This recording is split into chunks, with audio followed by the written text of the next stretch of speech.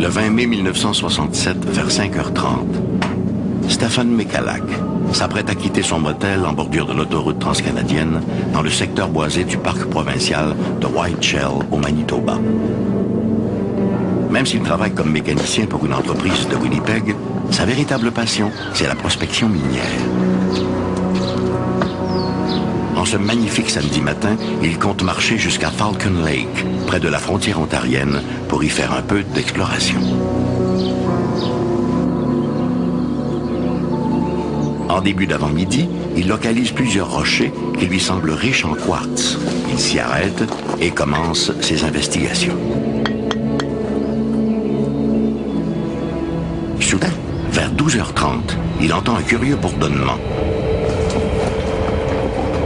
En levant la tête, il aperçoit deux objets de forme oblongue surmontés d'un dôme qui se dirigent vers lui.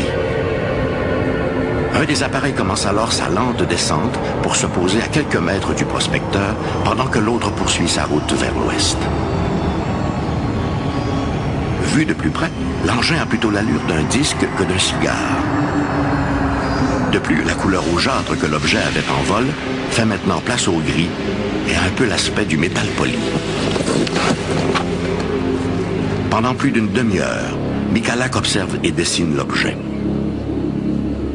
Cette mystérieuse rencontre de mai 1967 allait marquer Stephen Michalak pour le reste de ses jours.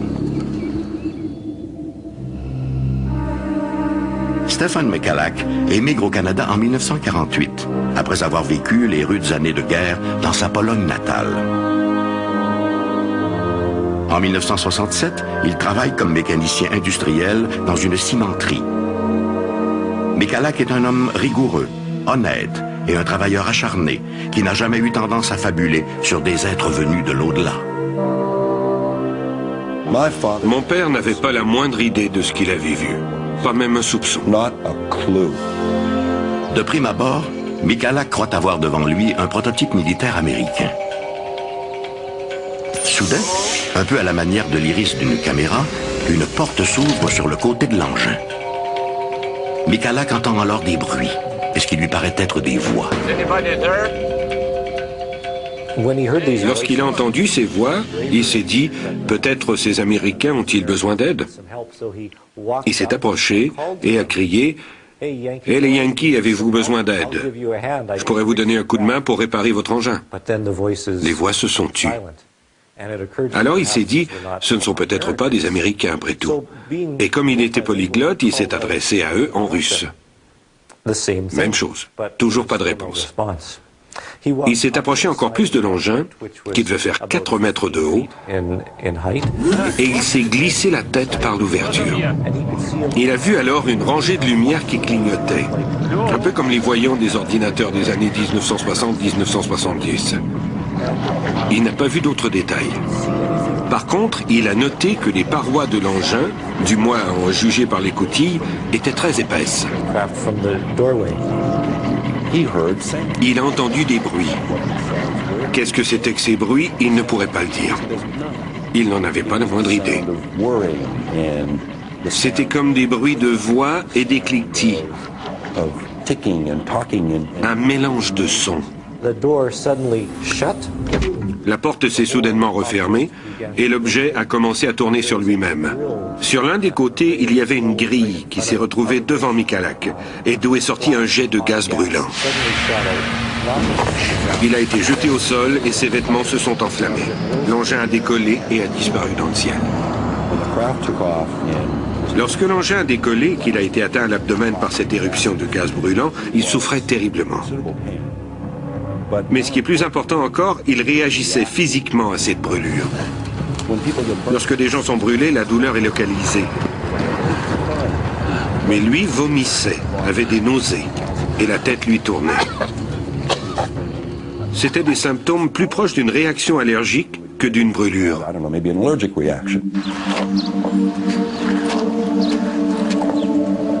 À son retour, Michalak ne va pas bien. En plus de la douleur et des nausées, il doit constamment lutter afin de ne pas perdre conscience. De plus, il n'arrive pas à se défaire de cette odeur exécrable qui le poursuit. Moteur chauffé, mêlé de soufre et d'ozone. met 2 longues heures avant d'arriver au motel où il loge. Michalak, se croyant contaminé, fait en sorte d'éviter toute rencontre. Arrivé à sa chambre, on l'informe que la clinique la plus proche se trouve à Kenora, soit à 70 km plus à l'ouest. Michalak refuse de s'y rendre et préfère retourner le plus tôt possible chez lui à Winnipeg afin d'y être traité. De sa chambre, il appelle donc son épouse et lui demande d'envoyer leur fils le prendre au terminus vers les 22 heures. Son fils l'a conduit à l'hôpital où il a été traité pour ce qu'il disait lui-même être des brûlures occasionnées par un avion. Sur la poitrine, il avait des brûlures au 2e et au 3e degré. Mais sur l'abdomen, les brûlures étaient légèrement différentes. Elles ont été décrites comme des brûlures chimiques. Ils l'ont traité pour des brûlures, mais il ignorait pourquoi il était malade comme ça, pourquoi il ne répondait pas, d'où venait son étrange odeur. Il n'en avait pas la moindre idée. Les médecins l'ont traité pour des blessures superficielles et l'ont retourné chez lui. C'est à ce moment-là que Michalak a commencé à être très malade. Dans les semaines qui suivent, la vie de Stefan Michalak tourne au cauchemar. Son état de santé ne s'améliore pas. Il perd 10 kilos. Il consulte son médecin personnel qui le réfère à un dermatologue, puis à un autre spécialiste. Malheureusement, aucun praticien ne semble bien cerner la cause des malaises de leurs patients. Parallèlement, Michalak doit affronter un autre volet du cauchemar. Peu après, mon père a finalement raconté son histoire.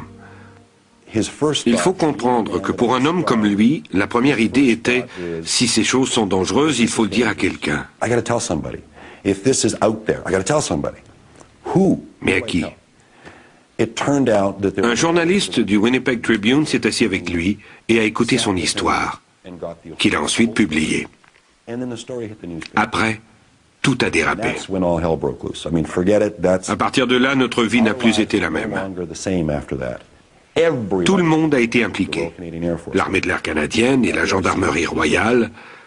Ces types se présentaient chaque jour à toute heure du jour pour poser toujours les mêmes questions. « Racontez-nous votre histoire », demandait-il. Toujours la même chose. Mon père n'en revenait pas de cette folie qu'il avait déclenchée. En fait, jusqu'à sa mort, il n'a cessé de penser qu'il aurait mieux valu pour lui de se taire.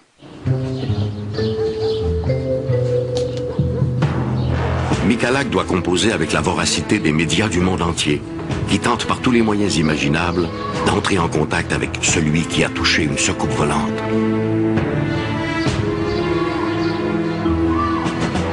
Papa avait raconté son histoire 1 million de fois, et il en avait un peu marre. Il a dit « tout ça est ridicule ».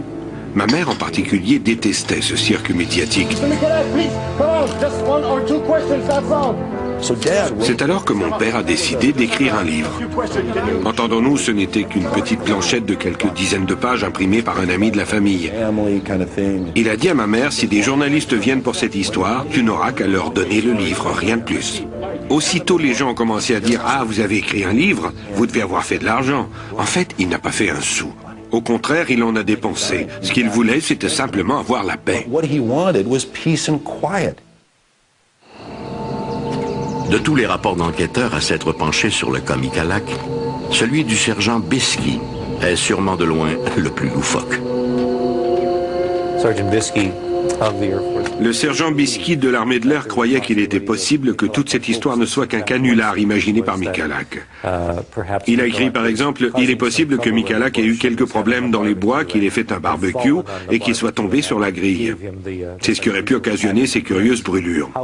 Mais un examen des brûlures va plutôt dans le sens contraire. Si cela s'était produit de cette manière, les brûlures n'auraient pas eu cet aspect de damier, mais plutôt celui des lignes de la grille du barbecue. Cette idée n'avait pas de sens. Presque un an plus tard, alors qu'il était à son travail, il s'est écroulé. Il a commencé à enfler comme un ballon. Nous l'avons amené à l'hôpital où on nous a dit qu'il devait s'agir d'une réaction allergique. Puis les marques sont réapparues sur sa poitrine. En désespoir de cause, Michalak paiera lui-même pour être suivi par les spécialistes de la réputée clinique Mayo de Rochester au Minnesota.